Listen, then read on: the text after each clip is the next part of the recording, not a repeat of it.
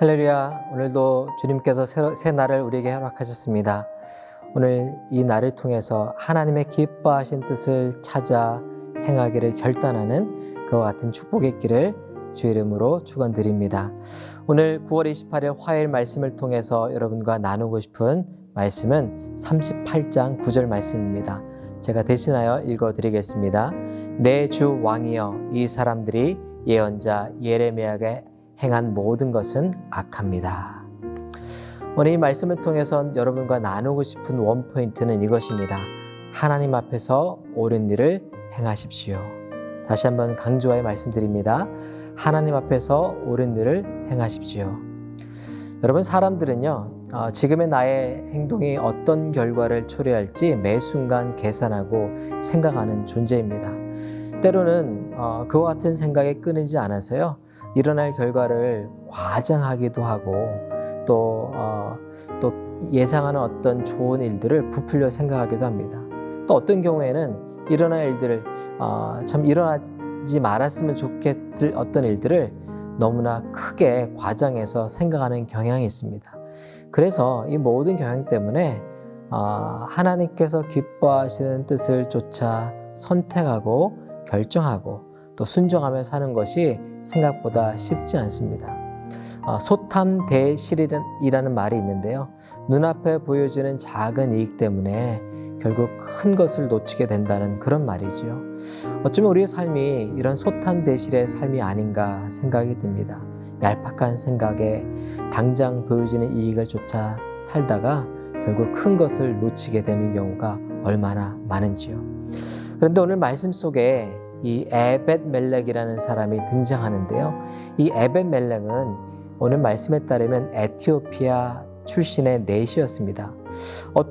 어찌된 이유인지 그 아프리카 에티오피아 출신 넷이가 유다 그 왕궁에서 넷이로 일하고 있습니다. 그 사연은 알지 못하지만 오늘 말씀에 따르면 유대 고위 관료들의 모함에 따라서 예레미야가 경호대 뜰 안에 큰 구덩이에 갇히게 되고요. 그곳에서 이제 아사할 위기에 굶어 죽게 될 위기에 놓여지게 됩니다. 왜냐하면 예레미야가 유다와 예루살렘에 임박한 하나님의 심판을 끊임없이 얘기하자 그런 일은 일어나지 않을 것이라고 유대 고위 관료들이 예레미야를 모함하여 그렇게 큰 구덩이에 갇히게 만든 것이죠. 이때 두려움에도 불구하고 에벳멜렉이 시드기야 왕을 찾아가서 이 선지자 예레미야를 갇히게 한 사람들은 다 악합니다라고 그들을 고발합니다. 그리고 예레미야를 구원해 내도록 왕에게 간청하지요. 여러분, 이런 에벳멜렉의 행동을 하나님은 기뻐하셨는데요. 예레미야서 이 후에 이어지는 39장 16절과 18절에 따르면 하나님의 말씀이 예레미야에게 다시 임합니다. 한번 그 부분을 읽어드리겠습니다. 에티오피아 사람 에벳멜렉에 가서 말하여라. 이스라엘 하나님 만군의 여호와께서 말씀하셨다. 보아라, 내가 이 성읍에 복이 아니라 재앙을 내릴 것이다. 그날에 그것들이 내 앞에서 이루어질 것이다. 여호와의 말이다. 그러나 내가 그날에 너를 구해낼 것이다. 너는 내가 두려워하는 사람들의 손에 넘겨지지 않을 것이다. 내가 반드시 너를 구해낼 것이니 너는 칼에 쓰러지지 않고 내 목숨이 내게 전리품처럼 될 것이다. 이는 내가 나를 믿었기 때문이다. 여호와의 말이다. 여러분, 이 말씀에 따르면 에벳멜렉은 두려워했습니다.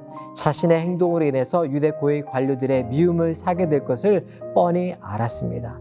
그럼에도 불구하고 하나님을 믿었기 때문에 하나님 앞에서 옳은 것을 선택하고 담대하게 행할 수 있었습니다. 여러분 삶에 어떤 선택이 놓여져 있습니까?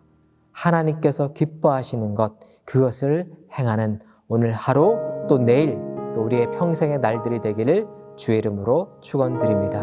함께 기도합니다. 하나님 감사합니다. 두려움에도 불구하고 눈앞에 보여지는 손해를 피하고자 또 눈앞에 보여지는 작은 이익을 얻고자 하나님의 기뻐하지 않는 선택을 하는 어리석은 자들 되지 않게 하여 주옵소서. 에벳멜렉처럼 하나님을 믿기 때문에 하나님께서 기뻐하시는 뜻을 향해 자기를 던질 수 있는 우리가 되게 하여 주옵소서. 감사하며 거룩하신 예수 그리스도의 이름으로 기도드립니다. 아멘.